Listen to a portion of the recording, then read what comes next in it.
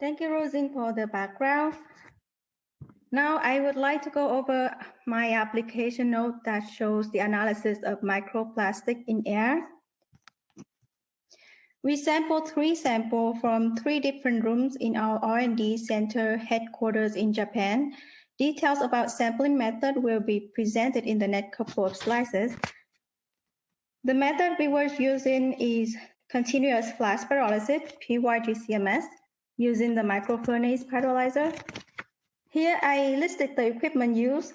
They are the pyrolyzer EGA PY3030D, PYROlysis-GC in glass insert liner, cryogenic mill IQ mill 2070, MP calibration standard kit, UAMP column kit, multifunctional split sampler, bent VGC MS adapter. The library should include Absurd MP library and NIST library. I would like to emphasize the necessity of having an Absurd MP library. The calibration curve was created automatically by the software, and quantification was done quickly. The analytical procedures are very easy and straightforward. I will explain in detail as we are going through this presentation. For sample preparation, we use 47 millimeter quartz fiber filter. The filters are conditioned at 600 degrees C overnight. Then they are left in the rooms for 30 days of passive sampling. After 30 days, we weigh the filter samples from each room. And as you can see, the average of 3 samples is 147 milligram. Traditional sample preparation for MP analysis may require solvent extraction steps, but microfurnace PYGCMS allows us to analyze the solid sample at ease, which fastens the workflow a lot. We utilize our IQ cryogenic mill 2070 for sample homogeneity, and about 3 milligrams of each sample was weighed using the semi-microbalance. So about 2.04% weight of the sample was directly inserted into the inert sample cup and performed flash pyrolysis. I will list the tools we use for the sample prep in the next slide. 3-point calibration standard was also prepared. The calibration standard was used to create the calibration curves for MP analysis. It is a mixture of 12 common kinds of polymer and diluent, either CaCO3 or SiO2.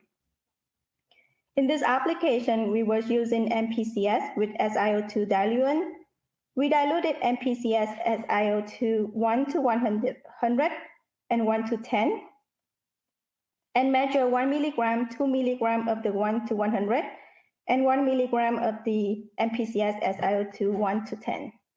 As you see, sample preparation is super easy. We need an inert sample cup that we call eco cup and quart wool. First, we ground the sample using the IQ cryo mill. The IQ mill 2070 makes the sample grinding process into a simple pretreatment operation. Very easy to use and simple to operate.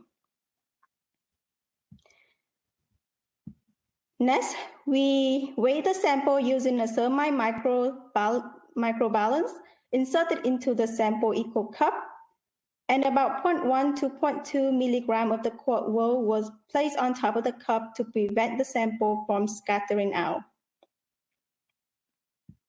In step 3, we use the microfurnace pyrolyzer for the analysis. Analytical condition. The system configuration includes the microfurnace multi-mode pyrolyzer placed on top of the GC inlet. The furnace temperature is set at 600 degrees Celsius for continuous flash pyrolysis. Furnace interface temperature is at 300 degrees Celsius. The instrument was operated in split mode using multifunctional split sampler MFS. The splitless time is 2 minutes, backflush 20 to 30 minutes. GC oven temperature is temperature programmed from 40 to 320 degrees Celsius. Frontier column kit was for microplastic analysis was used, which includes a pre-column and a separation column. So GC was first set in split-lid mold, the big vent and septum purge closed. Sample is concentrated in the pre-column by suction pump. Unwanted components such as solvents are vented from the system before they are introduced into the separation column. Then suction pump stops, GC analysis starts. After the sample in the pre-column was introduced into the separation column, backflush starts to purge the dead volume. The multifunctional split-lid sampler prevents contamination of the separation column by backflushing the high bonding compounds that remain in the pre-column, and therefore significantly shorten the analysis time. For quantification, a solid diluent such as SiO2 or CaCO3 in the calibration standard kit was used to reducing the weighing error of trace polymer. In this application, we use MP-SiO2 standards for quantification. The MP calibration standard MP-SiO2 was prepared from a homogeneous mixture of deactivated SiO2 and 12 polymers. The determination of 12 polymers and their concentrations was based on the consideration of the global production of plastic and their sensitivity in PYGCMS measurements. Here is the list of the quantitative amount in 4 milligram of the MP-SiO2 powder. PU is not our target of a detected compound when we use SiO2 as a diluent. This is because MDI, a pyrolyzer of PU, reacted with pyrolyzase of PET and nylon. So MDI peak was not observed. As Rosine mentioned, if you want to target PU, you would need to use MP-CaCO3 standard. Each polymer in MP is identified based on the presence of a target compound. This table listed the target compounds and other ions used to identify each of the 11 target polymers. The choice of target compound for each polymer is based upon its uniqueness from all the pyrolyzases that are created by all polymers. For example, in the case of PET, it is identified and quantified based on the presence or absence of benzoic acid, M/Z122. So if PET is not present in the sample mixture, benzoic acid will not be present in the sample pyrogram. Here is a single-shot pyrogram obtained for sample from room 1. Pyrolysis temperature is at 600 degrees Celsius. Using F-shot additive pyrolysate library, we perform a quick identification of some of the major pyrolysates. Except the detected hydrocarbons, I will show the peak assignment table for peak from 1 to 9 in the next slide. Here is the peak assignment table. We found benzoic acid, possibly from PET, caprolactam from N6, and also fatty acids and plasticizers. Now, here is the single-shot pyrogram obtained for sample from room 2. Pyrolysis temperature is at 600 degrees Celsius. Except the hydrocarbon fragment pattern of polyethylene, the peak assignment table for peak from 1 to 8 will be shown in the next slide. As you see, we found benzoic acid possibly from PET source, caprolactam from N6. Fatty acids are also detected. The single-shot pyrogram obtained for sample from room 3 is shown in this slide. Pyrolysis temperature is at 600 degrees Celsius. We see hydrocarbon fragment pattern of polyethylene. Here is the peak assignment table. We found benzoic acid from PET source, caprolactam from N6, and also fatty acid. This is the single-shot pyrogram obtained at 600 degrees Celsius for the calibration standard MP-SiO2. 11 characterized pyrolysis from 11 polymers were detected. Orbit identification was done using Abstract MP's additive and pyrolysis library. Here is the overlay pyrogram of 3-point calibration curves. The pyrogram was obtained at 600 degrees Celsius pyrolysis with different sample amount. Then the calibration curve was automatically created by Abstract MP software. The Abstract MPs allow us to easily identify and quantify unknown microplastics. The analytical procedures are very easy and straightforward. As you can see, when highlighting the first polymer PE, you can see the calibration curve on the right-hand side with the relative coefficient R squared equals 0.9991, showing good linearity. I will show other polymers in the next slide. So here is the calibration curve. As you can see, the relative coefficient for all of these are greater than 0.99, which shows good linearity.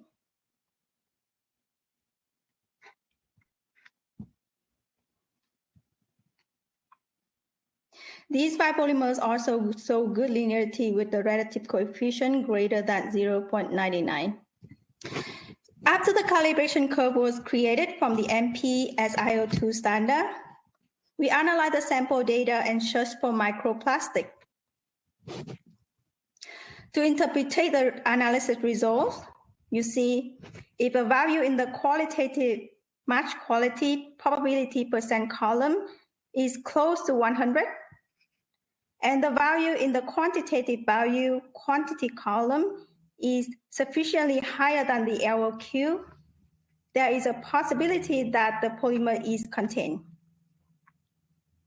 It is recommended that you perform another mass spectral search of the peaks that has been identified as quantitative compounds. Searching Pyrolysis-GC MS library may confirm that the software has not selected the wrong peaks. We will investigate the presence of PE, PET, N6, and N66 on the following slices. PE in this case is very special, as you see on the previous slide in pyrogram of sample 1. Submitted mass spectrum consists of hydrocarbon compounds from PE. Its characteristic ion is 70, 69, 83, or 82. Those are typically observed the compounds which has linear hydrocarbon structure. So even if the sample does not contain PE, the apparent probability may increase when the compounds are hit. Using Abstract additive pyrolysis library, we search for peaks as 15.64 minutes and 15.99 minutes to confirm that these are not the right peaks for quantification. In addition, as you see, one of the characteristics of PE is that a regular pattern appears when it is drawn at ion 55 or ion 57. The patterns of M over Z 55 and 57 of the sample are different as compared to MPCS. So we conclude that PE is not contained in this sample. The comparison between mass spectrum and extracted ion chromatogram, PET and N6 are showing a good match. These compounds are in the sample. N66, however, is a little difficult. As you see from the extracted ion chromatogram of N66, we noted that the peak shape is poor and the signal to noise is also poor. To confirm the presence of N66, we perform another mass spectral search of the peak as 4.16 minutes, and I will show the result on the next page. Here we're using Abstract compound libraries to search for peak at 4.16 minutes. Library shows a match with cyclopentanone from N66. So N66 is contained in this sample. So now we will proceed with the calculation for the amount of microplastic per square meter per day. In 2.04% waste sample in 30 days of passive sampling, the amount of PET collected is 0.0 0.172 microgram, N6 is 0.038 microgram, N66 is 0.385 microgram. From there, by having the room area and the percent area, we calculate the amount of MP per square meter per day. PET is 0.162 milligram, N6 is 0.035 milligram, N66 is 0.362 milligram. How we obtain the percent area is shown on the next page. So we have the reference of the area of the room as well as the filter paper area. We take the filter area divided by the area of the room, then multiply by 100 to calculate the percent area. Next is the result from room 2. PE, PET, and N6 shows a high percent probability match. We'll investigate more, and details will be shown on the next page. Here we compare between the mass spectrum and extracted ion chromatogram. As you can see, they match very well. So these compounds are in the sample. In 2.04% waste sample in 30 days of passive sampling, the amount PE collected is 1.696 microgram, PT is 1.181 microgram, N6 is 0.075 microgram, N66 is 0.147 microgram. Having the room area and percent area, we calculate the amount of MP per square meter per day. PE is 1.598 milligram, PT is 1.112 milligram, N6 is 0.070 milligram, and N66 is 0.138 milligram.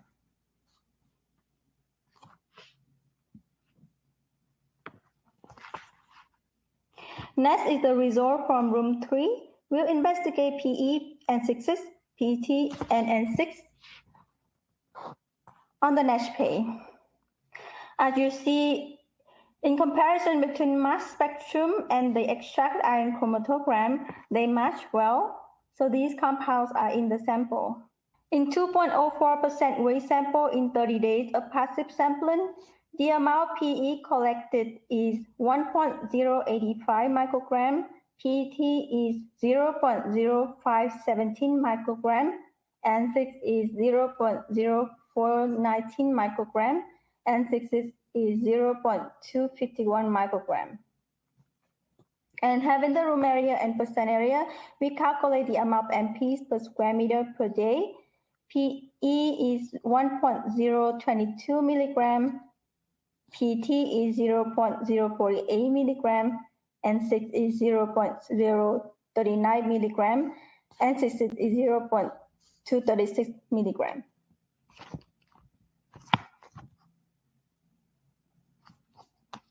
This comparison chart probably gives us a better view of how much microplastic we breathe in daily in our workplace. The red chart represents room 2, in which the amount of PE, PET, and N6 is very high compared to other rooms. The green charts represent room 3, which also have very high amount of PE. This is interesting. We investigated the source where PE comes from, and we think it is coming from the PE bags that we use to line a small garbage cans at the decks. There are 6 of them. The blue chart represents room 1. In this room, the amount of N6 is the highest compared to other rooms. In summary, the analysis of MPs in the air from 3 rooms in our R&D center was done using the microfurnace Pyrolysis-GC with simple sample preparation. The tool used are quartz fiber filter to collect MP passively in 30 days, a cryogenic mill for sample homogeneity, a semi-microbalance to weight the sample, and it's all ready for the analysis. For qualification and quantification, we use Abstract MP library. With the MP library, the quantification was done very quickly using MP SiO2 calibration standard. And below is the amount of MP we collected and calculated per square meter per day. I would like to thank you, our R&D group in Japan, for their support, and also a special thanks to William Pitkin from Department of Frontier Science for Advanced Environment, Graduate School of Environmental Study, Tohoku University, Japan, for sample curation and data interpretation support. And lastly, thank you everyone for your attention.